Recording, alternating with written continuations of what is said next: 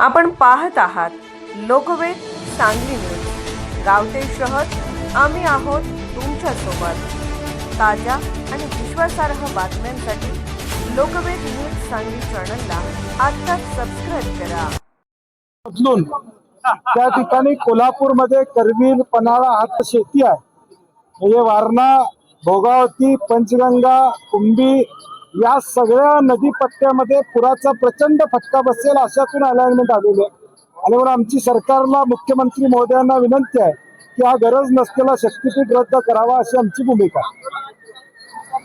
नाही। अजून गट नंबर जाहीर झालेला नाही, कारण की हा टेंटेटिव्ह आराखडा व्हॉट्सअपवर फिरतोय, खरा आहे खोटा आहे आम्हाला माहित नाही।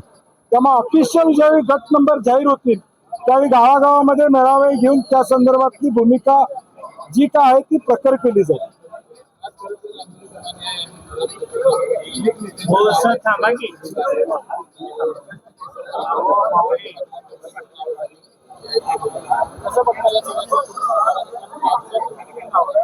मला वाटतं खरात प्रकरण वेगळ्या पद्धतीने हाताळलं गेलं पाहिजे। याची गृह खात्याला माहिती 3 महिन्यापूर्वी होती अशी आमची माहिती आहे। मग 3 महिने ही माहिती का थांबवली होती? ती बरोबर अमक्या वेळीच ती माहिती का त्या ठिकाणी बाहेर आली हा प्रश्न यातला महत्वाचा आहे। आणि म्हणून यामध्ये व्यवहार ज्यांचे आहेत, कोण भेटलं याच्यापेक्षा व्यवहारिक काही संबंध आहेत का, किंवा कुठल्या पद्धतीने त्यांचे लागेबांध आहेत याची चौकशी SIT मार्फत चालू आहे। परंतु ती खोलपर्यंत जाणार आहे का? कारण की फक्त खरातांच्या पर्यंत राहून बाकीच्यांना अभय या ठिकाणी मिळणार आहे का, हा प्रश्न महत्वाचा। आणि खरात सारखी प्रवृत्ती या महाराष्ट्रामध्ये निर्माण होता कामा नये यासाठी आत्ता कारवाई ही तातडीनं आणि लवकरात लवकर होणं महाराष्ट्रातल्या महिलांसाठी आणि महाराष्ट्रातल्या जनतेसाठी महत्वाचं।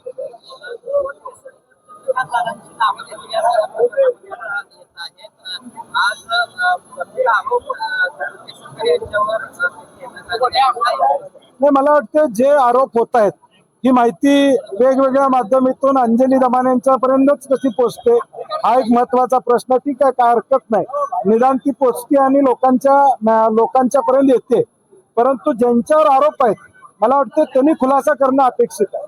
आज दीपक केसरकरांच्यावर आरोप झाला असेल तर त्यांनी पुढे होऊन त्याचा खुलासा केला पाहिजे, समोर माध्यमांच्या समोर आलं पाहिजे, रुपालीताईंनी समोर माध्यमाच्या आलं पाहिजे आणि सांगितलं पाहिजे जे काय होते संबंध तर होते पण सांगितलं पाहिजे। आता कागदावर दिसायला लागले, बँक अकाउंट मध्ये पैसे ट्रान्सफर झालेले दिसतात, आता याच्यापेक्षा आणि काय पुरावा पाहिजे?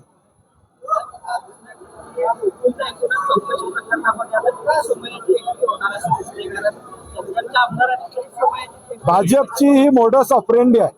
ज्यावेळी एखादं प्रकरण पुढं करायचं असेल त्यावेळी किरीट सोमय्या ते तारण हरतायत भाजपचे, कुठल्याही प्रकरणात ताबडतोब ते या ठिकाणी जबाबदारी घेतात। आता कदाचित ते 2-4 दिवसात कोल्हापूरला येतील, चौकशीची वेगवेगळ्या मुद्द्यावर या ठिकाणी मागणी करतील।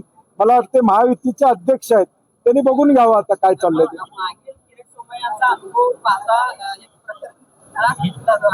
नाही, मला वाटतं मुळात शिवाजी पाटलांच्याकडे विषय कुठले आहेत की ईडी पर्यंत चौकशी करावी असे काही विषय आहेत का, मुळात ते समजून घेतलं पाहिजे। माझी त्यांनाही विनंती आहे की संस्था बदनाम होता कामा नये याची दक्षता आपण घेऊया।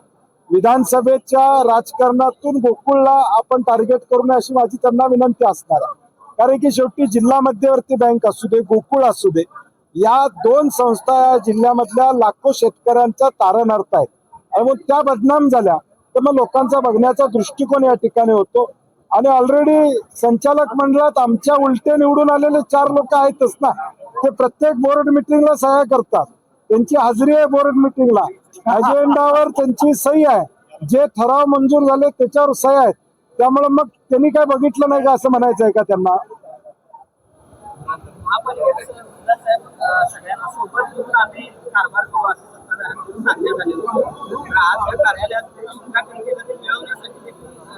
ठीक आहे, थोडा निवडणुका झाल्यानंतर थोडा संघर्ष असतो, परंतु सुदैवानं महायुतीच्या सत्तेत असणारे महापौर असतील, उपमहापौर असतील किंवा स्टँडिंग कमिटी चेअरमन असतील, या सगळ्यांनी सामंजस्याची भूमिका घेऊन, कारण की शेवटी दुसऱ्या बाजूला 35चा आकडा देखील मोठा आहे आणि शेवटी निवडून कशासाठी आलोय आम्ही, या कोल्हापूर शहराचा विकास करण्यासाठी आलो। निवडणुकीपर्यंत राजकारण हरकत नाही, आम्ही केलेलंच आरोप प्रत्यारोप एकमेकावर केलेलंच आहे। परंतु निवडून आल्यानंतर हे शहर विकसित कसं होईल, शहराचे ट्रॅफिकचे प्रॉब्लेम्स आहेत, बाकीच्या समस्या त्या पुढं सोडवत्या कसा येईल, हा आमचा महाविकास आघाडी म्हणून सहकार्याची भूमिका असणार.